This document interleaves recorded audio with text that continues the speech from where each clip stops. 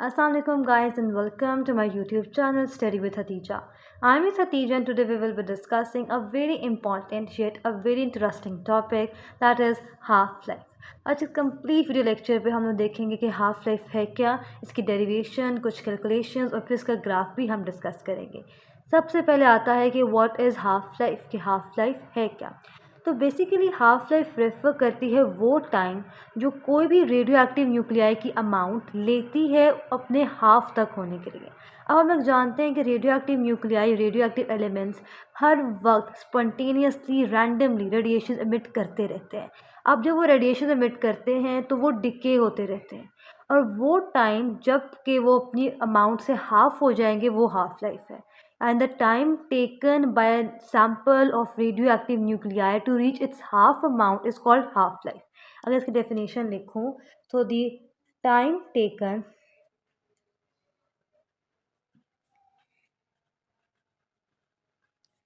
by a radioactive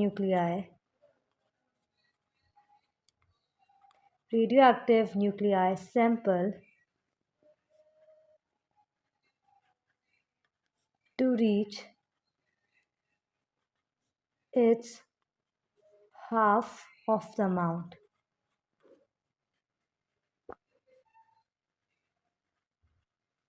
is called half life. यानी वो time जो रेडियो एक्टिव न्यूक्लियर का सैम्पल लेता है अपनी हाफ अमाउंट होने तक, उसको हम हाफ लाइफ कहते हैं।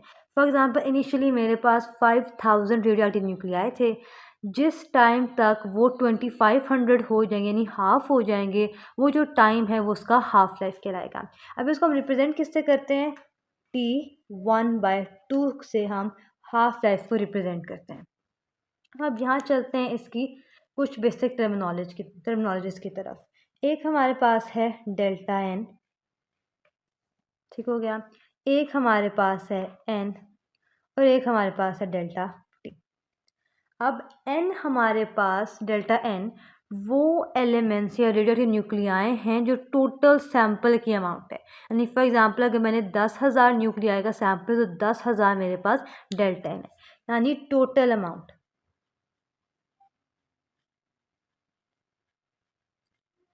जबकि एन वो हमारे पास रेडियो एक्टिव न्यूक्लियाई हैं जो कि अवेलेबल हैं डिके के लिए, यानी amount of nuclei that are available for decay, यानी कितने डिके होने के लिए प्रेजेंट है। फॉर एग्जांपल इनिशियली मेरे पास 10,000 न्यूक्लियाई थे, वो मेरे पास डेल्टा एन था टोटल अमाउंट। फिर मेरे पास जब T1/2 टाइम गुजरा तो वो 500 हो गए। अब मेरे पास पहले 1000 था एन जो कि अमाउंट ऑफ न्यूक्लिया जो डिके के लिए प्रेजेंट थे। अब एक हाफ लाइफ के बाद मेरे पास 500 रह गए। अब जो एन है होगा वो 500 हो जाएगा और टी मेरे पास है टाइम टेकन, कितना टाइम लगता है उनको डिके होने में।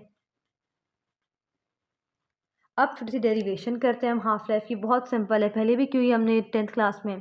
कैसे है कि जो टोटल नंबर ऑफ एलिमेंट्स है डेल्टा एन वो डायरेक्टली प्रोपोर्शनल है नंबर ऑफ एलिमेंट्स जो कि डिके के लिए प्रेजेंट हैं। ठीक हो गया।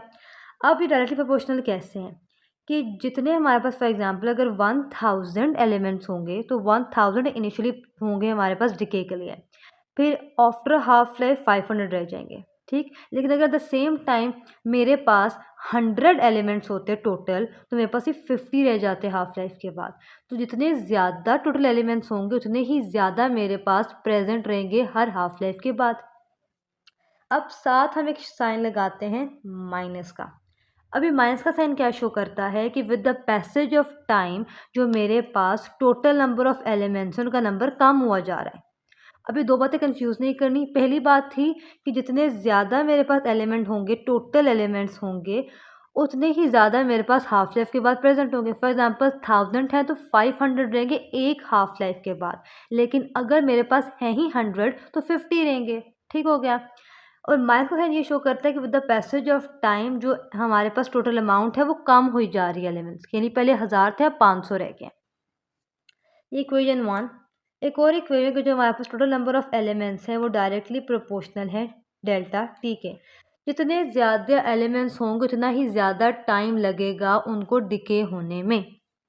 अब मेरे को कंबाइन करें इक्वेशन 1 और इक्वेशन 2 को, तो मेरे पास आता है delta N is directly proportional to minus N delta T. अब ये प्रोपोर्शनैलिटी कांस्टेंट को हमने हटाना है, तो इसको कैसे हटाएंगे हम? इसकी जगह विल राइट के delta N is equal to minus lambda N delta T. अब जो यहाँ स्टूडेंट्स लेमडा है इट्स नॉट वेवलेंथ, ये वेवलेंथ नहीं है, इसको हम कहते हैं डिके कांस्टेंट। ठीक हो गया। ये बताता है किसी भी एलिमेंट का कि कितना कांस्टेंट होगा। फॉर एग्जांपल मैं कहती हूँ कार्बन 14 है, तो उसका एक डिके कांस्टेंट अलग होगा, सबका डिके कांस्टेंट स्पेसिफिक होता है। अब ये मेरे पास एक पेट सी जो है इक्वेशन बन गई है। अब यहाँ कुछ स्टूडेंट्स का आता है कि why the need of half life, half life का पर्पज आता है इधर।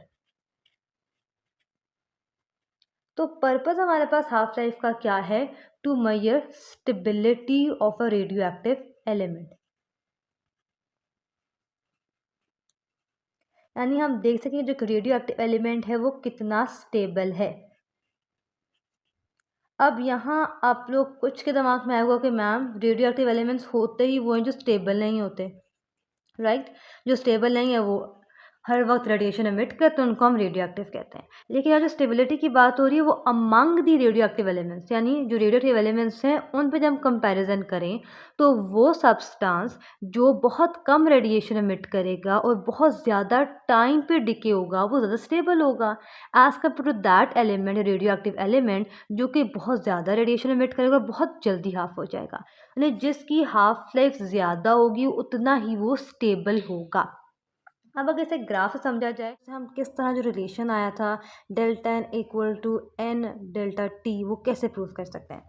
अब अगर देखा जाए तो हमारे पास अलोंग वाई एक्सिस हम लोग नंबर ऑफ एलिमेंट्स लेते हैं, ठीक है, और अलोंग एक्स एक्सिस हम लोग टाइम लेते हैं। अब अगर मैं टाइम पहले लिख लूँ, दैट इज़ पहले हाफ लाइफ टी 1/2, दूसरी half life T 1/2, 2 half life हो गई, तीसरी वही टी 1/2 बट क्योंकि 3 गुजर गई हैं तो यहाँ 3 आ जाएगा, चौथी वही टी 1/2 बट 4 गुजर गई हैं तो 4। फॉर एग्जाम्पल इनिशियली मैंने 100 लिए, ठीक है, एक छोटा सा नंबर लेती हूँ। अब ये ग्राफ किस तरह बनता है? मेरे पास ग्राफ जो होता है वो हाफ लाइफ का कुछ इस तरह का बनता है, आहिस्ता आहिस्ता वो एक डिक्रीजिंग ऑर्डर में जाते जाते हैं, कुछ इस तरह ग्राफ कुछ इस तरह बनता है हमारे पास। अब इस सब से हमें पता क्या चल रहा है? देखो इनिशियली जब हमारे पास 100 था तो जो हमारे पास n था, ठीक है, यानी जो हमारे पास अवेलेबल रेडियो एक्टिव के लिए डिके थे वो n नॉट के इक्वल है। अब यहाँ n और n नॉट सेम चीज़ है स्टूडेंट्स, n हमारे पास हैं एलिमेंट्स अवेलेबल फॉर डिके और n नॉट भी वही है, बस हम इनको डिफ्रेंशिएट करने के लिए n नॉट और n कर लेते हैं। देखो इनिशियली हमारे पास 100 एलिमेंट डिके के लिए अवेलेबल थे, ठीक। जब हमारे पास एक हाफ लाइफ गुजर गई यानी एट दिस पॉइंट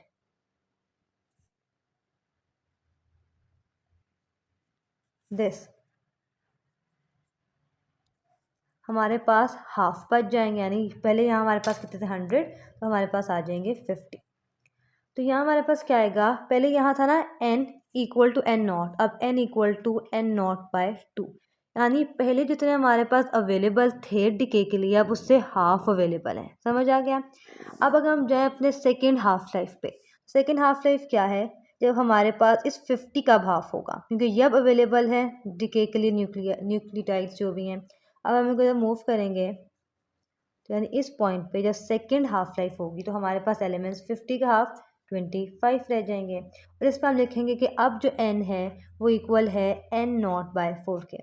और ये मैंने कैसे निकाला है कि देखो पहले था n नॉट बाय 2, इसको मैंने फर्दर 2 से डिवाइड किया, आएगा जी n नॉट ओवर 2, रेसिप्रोकल में 1/2 से मल्टीप्लाई हो जाएगा तो ये वापस आ जाएगा n नॉट बाय 4। इस तरह मैं आगे सारी लेती जाऊँगी, ठीक हो गया। अब 3 हाफ लाइफ गुजर जाएंगी तो अब इस 25 का भी हाफ हो जाएगा, ये इस पॉइंट तो मैं प्रोमिनेंट करी तो नज़र आ जाए आप लोगों को, ये इस पॉइंट पे ये हमारे पास 25 का भी हाफ हो जाएगा, दैट विल बी 12.5, और यहाँ मेरे पास आके जो n है वो हो जाएगा n नॉट बाय 8 के इक्वल। इसी तरह फोर्थ हाफ लाइफ में कैसे होगा मेरे पास? इस पॉइंट पे ये इस तरह लाइन आएगी, अब यहाँ मेरे पास 12.5 है, तो अब मेरे पास 6.25 हो जाएंगे, यानी एलिमेंट्स अब 12.5 का भी हाफ हो गया। और इस पॉइंट पे जो मेरे पास अवेलेबल थे स्टार्टिंग पर रेडियो एक्टिव डिके के लिए एलिमेंट्स, अब उनका 16वां पार्ट रह जाएगा, 16वां हिस्सा जो कि डिके हो सकते हैं। कैसे हमारे पास हुआ कि इनिशियली हमने स्टार्ट किससे किया, 100 से, कि मेरे पास पर टोटल कितने थे, 100 एलिमेंट्स थे। फिर जब एक हाफ लाइफ गुजरी, फॉर एग्जाम्पल अगर कार्बन 14 की बात करूँ तो उसके हमारे पास 15,730 ईयर्स लगते हैं एक हाफ लाइफ पे। जब उतना टाइम गुजर गया तो मेरे पास 50 हो गए, 50। फिर जब मेरे पास एक और हाफ लाइफ गुजर गई तो फिर मेरे पास 50 का भी हाफ 25 हो गया, और n जो n0/2 था अब वो n n0/4 आ गया। दोबारा बता रही हूँ, जो n और n0 है वो सेम क्वांटिटीज़ हैं। एन भी हमारे पास क्या है, radio active nuclei available for decay. N not भी वही है, radio active nuclei available for decay, बस इनको हम डिफ्रेंशिएट करने के लिए एन नॉट लिखते हैं। यानी एन हमारे पास क्या है, total number of present, N not हमारे पास क्या है, अब उस टोटल में से कितने रह गए हैं। तो एन नॉट बाई 2 का हो गया 50। ठीक हो गया। ऐसा हमने पूरा ग्राफ समझा कि यहाँ हमारे पास नंबर ऑफ एलिमेंट्स हैं, जैसे जैसे एक हाफ लाइफ गुजरती जाएगी तो एलिमेंट्स जो हैं वो हाफ होते जाएंगे। बट स्टूडेंट एक फ़न फैक्ट है कि किसी बंदे ने भी आज तक फिजिकली किसी रेडियोएक्टिव न्यूक्लियर को हाफ होते नहीं देखा। क्यों नहीं देखा, जैसे मैंने कार्बन एटम का बताया, कार्बन 14 का जो आइसोटोप है उसका जो हाफ है वो 15,730 ईयर्स का टाइम है। यानी इतने टाइम पे अगर हमारे पास 10,000 या 1,000 ग्राम है कार्बन 14 का तो वो 500 में कन्वर्ट होता है। यानी इतने साल, 15,000 साल लगते हैं। इतने साल तक नो पर्सन इज एलिजिबल कि वो इतना ज़िंदा रह सके। तो कोई भी बंदा फिजिकली इसको नोटिस नहीं कर सका, इसको ऑब्जर्व नहीं कर सका। तो जो ये सारी वैल्यूज हमने हाफ लाइफ की निकाली, कैलकुलेट किए बाय अजम्पशंस, फॉसिल रिकॉर्ड्स को देख के हमने फिर ये हाफ लाइफ को कैलकुलेट किया। अब ये तो ग्राफ हो गया बहुत सिंपल सा। अब हमारे पास एक ट्रिकी सी पार्ट आती है, that is a very equation जो कि बहुत तंग करती है बच्चों को, that is n is equal to n not into E raised power minus lambda T. अभी जो इक्वेशन है इसका पूरा प्रूफ हम नेक्स्ट स्क्रीन पे करेंगे, so let's hop to the next part. तो गाइस हमारे पास एक इक्वेशन जो फेडरल की बुक में लिखी है, it's like n is equal to n not E minus raised power minus lambda T, ये इक्वेशन लिखी हुई है। अब काफ़ी बच्चों के लिए कंफ्यूजिंग है कि किस तरह आई है। अब जिसका प्रूफ है वो प्री इंजीनियरिंग स्टूडेंट्स के लिए काफ़ी लोगों ने सारे टर्म्स पढ़े, इंटीग्रेशन वगैरह, बट प्री मेडिकल स्टूडेंट्स थोड़ा सा मुश्किल होगा, तो मैं डेप्थ पे नहीं जाऊँगी इसकी। आप लोग बस मैं बेसिक कॉन्सेप्ट दूंगी कि कैसे कैसे करना और कैसे इसका आंसर लाना है। यहाँ पास एक आती कैसे है, अरे बस सिंपल इक्वेशन हमने पीछे पढ़ी है, that is n is equal to minus lambda N delta N, sorry N delta T. अब यहाँ से मैं इस n को इधर ले जाती हूँ, it would be minus n over n is equal to minus lambda delta T. अब यहाँ एक स्टेप होगा जो कि शायद आप लोगों को कन्फ्यूजन हो, specially pre medical students, taking integration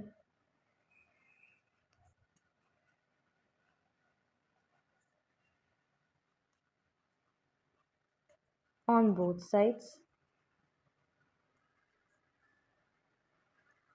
तो कैसे, डेल्टा n ओवर n, इसकी इंटीग्रेशन लेंगे equal to minus lambda delta T, इसकी इंटीग्रेशन लेंगे। अब याद रखिएगा इस पॉइंट के लिए कि जब भी हमारे पास इंटीग्रेशन ले रहे हैं उसके साथ टर्म है जिसकी ले रहे हैं, उसमें हमारे पास टोटल ओवर अवेलेबल हैं, तो हम उसको हमेशा लॉग में वो कन्वर्ट हो जाता है। क्या हो जाता है, लॉग में। यानी हमारे पास जो डिनोमिनेटर न्यूमरेटर है दोनों सेम है, न्यूमरेटर डिनोमिनेटर सेम है। तो जो हमारे पास अगर इस फॉर्म पे हो कि दोनों एक ही क्वांटिटीज़ हैं, एक उसकी टोटल एक उसकी प्रेजेंट अमाउंट को शो कर, तो फिर हम उसको लॉग की फॉर्म में लिखते हैं। कैसे लिखते हैं, लॉग, अब सिंपल हम एन रख लेंगे, ये डेल्टा का साइन हमेशा ख़त्म हो जाता है, log N is equal to, अब यहाँ से डेल्टा का साइन ख़त्म हो जाएगा, माइनस लेमडा टी। अब इस डेल्टा से ख़त्म करने कॉन्सिक्वेंस पे हम यहाँ एक कांस्टेंट की वैल्यू ऐड करते हैं। जस्ट एज अ कॉन्सिक्वेंस के इस इंटीग्रेशन से हमने लेमडा को कैंसिल आउट किया है, डेल्टा को ख़त्म किया, सॉरी डेल्टा को, तो हम उसकी जगह कांस्टेंट की वैल्यू पुट करते हैं। ठीक होगा, अभी हमारे पास इक्वेशन बन गई, लेट्स से इक्वेशन नंबर 3। ठीक, अब यहाँ दो कंडीशंस अप्लाई करनी है। पहली कंडीशन, फर्स्ट कंडीशन हमारे पास ये है कि अगर हमारा जो n है वो n नॉट के इक्वल हो, ठीक हो गया, और t इज़ इक्वल टू 0। ये कब होगा? जब हमने अभी अभी सैम्पल लिया अपना, ठीक है, फॉर एग्जांपल कार्बन 14 का सैंपल लिया मैंने, अभी भी मैंने उसे बस रखा है, अभी उसे मैंने अंडर ऑब्जर्वेशन लिया है, यानी अभी उस पर कोई रेडिएशन एमिट नहीं हुई मेरे सामने, तो अभी वो बिल्कुल इनिशियल स्टेट पे है, तो उसकी टाइम क्या होगा? 0। अभी भी लेके आई हूँ, और जो टोटल अमाउंट है वो जो अवेलेबल है फॉर डिके इक्वल होंगी। अब इसी चीज़ों को मैं इस इक्वेशन में पुट करती हूँ, तो इक्वेशन कैसे बन जाएगी? इसकी जगह आ जाएगा लॉग n की जगह n not equal to minus lambda, T की जगह वैल्यू उसकी 0 प्लस कांस्टेंट। अब यहाँ से जो ये पूरा टर्म है 0, जो कि 0 किसी चीज़ का मल्टीप्लाई करके 0 ही देता है, अब बस इक्वेशन आ जाएगी, that would be log n not is equal to constant, यानी यहाँ से हमारे पास कांस्टेंट की वैल्यू निकल आई, इस कांस्टेंट की वैल्यू निकाली हमने। अब गाइस जो फेडरल की बुक में लिखा हुआ है ना, वो लॉग को ऐसे करके ln से शो करें, ठीक है। मैं लॉग इसलिए लगाई ताकि आप लोगों के आसानी हो, आप ln लिखें, लॉग लिखें, डजंट मैटर, बस आपका काम ठीक हो, दैट मैटर्स, ठीक है। आप बेशक यहाँ ln कर लें, नॉट अ बिग प्रॉब्लम, ठीक है। मैं लॉग से लिखूँगी ताकि आसानी हो समझने में। अब मैं इसकी जो कांस्टेंट की वैल्यू निकली है मेरे पास, ये constant is equal to log of n not, मैं इसको इस इक्वेशन में पुट करती हूँ, तो मेरे पास क्या आता है कि लॉग n, पहले इक्वेशन पुट करते हैं, n is equal to minus lambda T plus constant की वैल्यू क्या है? Log of n not. अब ये दोनों n के टर्म्स हैं, लॉग है, इनको इकट्ठा कर लेते हैं, log n minus log l not is equal to minus lambda by T.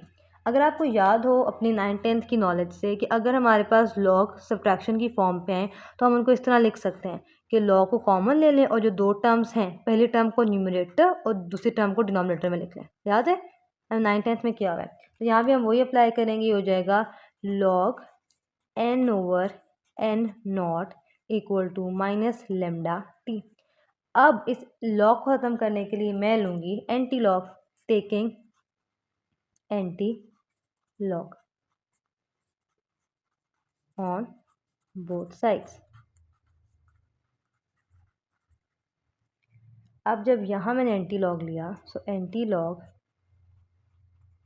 Into log n over n not equal to anti log into minus lambda T. अब यहाँ जो है हमारे पास लॉग लॉग से कैंसिल आउट हो गया, तो I simply get n over n not. यहाँ तो लॉग है ही नहीं, तो सिंपली जो मेरे पास एंटी लॉग का साइन है ई वो आ जाएगा, और जो पूरा टर्म है ये इस ई की पावर में आ जाएगा, यानी माइनस लेमडा टी। अब इसी को मैं अगर n को वहाँ ले जाऊँ n नॉट को, तो n is equal to n not E raised to power minus lambda T. अब ये हमने इक्वेशन गेट कर ली जो कि हमारे बुक में दी हुई थी, समझ आ गई सारी। मैंने यहाँ से सिंपली फार्मूला लगाया, n को साइड पे इकट्ठा किया, इंटीग्रेशन ली, कांस्टेंट आएगी इंटीग्रेशन, उस पर कांस्टेंट की वैल्यू फाइंड की, उसको यहाँ पुट किया और फिर एंटी लॉग लेके अपना आंसर लाए। अब हमारे पास एक और कंडीशन, उसको हम डिस्कस करते हैं। अब हमारे पास आती है एक और कंडीशन, उसको हम देखते हैं। अब वो कंडीशन क्या कहती है? अब उस कंडीशन के मुताबिक हमारा एक हाफ लाइफ गुजर चुका है, जो टी है हमारे पास वो टी 1/2 के इक्वल, हमारे आधा टाइम जिसमें हमारे जो ये टोटल थे वो हाफ हो जाए वो गुजर चुके हैं, तो इसके केस में एन हमारे पास n0/2 के इक्वल होगा, क्योंकि हाफ तो ख़त्म हो गए। अब जब मैं इन्हीं वैल्यूज़ को पुट करती हूँ इन इक्वेशन में, तो मेरे पास क्या आता है, समथिंग लाइक दैट कि n की जगह n0/2 लगाया और n not as it is, E as it is minus lambda, और टी की जगह आ जाएगा टी 1/2। अब यहाँ से n नॉट से कैंसिल हो गया, 1/2 is equal to E minus lambda T 1/2। अब नेक्स्ट में चलते हैं। अरे बस पिछले पेज में इक्वेशन कुछ इस तरह से बनेगी, 1/2 is equal to E raised to power minus lambda T 1/2। अब इसको हमें ऊपर तो लेके आना है, तो हम इसका लिखेंगे taking reciprocal on both sides,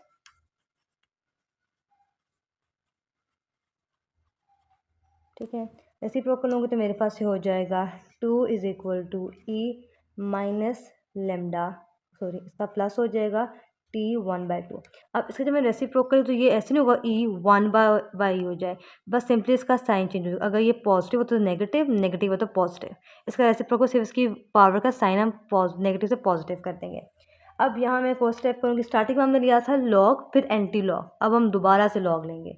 taking log on both side, हमने इस एंटी लॉग को खत्म करना है, एंटी लॉग को खत्म करने के लिए taking log on both side. मैंने क्या बोला था कि हमने हाफ लाइफ फाइंड की, तो हाफ लाइफ जब नीचे आएगी तो अभी तो फाइंड करेंगे, जब लॉग लेंगे इस एंटी लॉग का तभी तो ये पावर नीचे आएगी।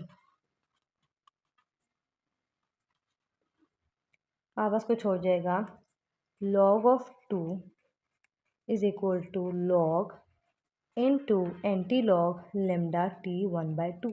अब ये log of 2 आपस 0.693 के इक्वल। अब ये हमारे पास log एंड log से कैंसिल आउट हो गया, सो विल हैव हाली lambda t1/2। अब यहाँ से हमने t1/2 की वैल्यू निकालनी है, तो हो जाएगी t1/2 is equal to lambda को डिवाइड कर दें 0.693 डिवाइडेड बाय लैम्डा। यानी जो मेरे पास इक्वेशन आ गई है, इससे हम किसी भी रेडियोएक्टिव एलिमेंट की हाफ लाइफ फाइंड कर सकते हैं। फॉर एग्जांपल कार्बन 14 है, उसका हमें दिया जाएगा पेपर में कि इसका रेट जो डिके कांस्टेंट है वो ये है। हमने बस सिंपली उसे log ऑफ 2 से डिवाइड कर देना है, मेरे पास उसकी हाफ लाइफ आ जाएगी। अगर मैंने for example 2 half life find फिर मैं इस पूरे को 2 से मल्टीप्लाई, फॉर एग्जांपल मैं कहती हूँ कि मैंने 2t1/2 फाइंड करना है, तो मैं इस पूरे को 2 से मल्टीप्लाई कर दूँगी, 2 into 0.693 divided by the constant. ये मेरे पास इसका आंसर आ जाएगा। तो गाइस आज का ये वीडियो यहाँ के ख़त्म होती है। आई होप आपको समझ आई होगी, but still if you are having any questions so feel free to comment me in the comment section below. I will try my best कि सबके क्वेश्चंस को आंसर करो in a very best in very easy possible way. इसके अलावा अगर अभी तक आपने मेरे चैनल को सब्सक्राइब नहीं किया and if you are new to my channel so don't forget to hit the like and subscribe icon before leaving this video. I hope आपको ये वीडियो बहुत अच्छी पसंद आई होगी। तब तक के लिए अल्लाह हाफ़िज़, अल्लाह निगहबान।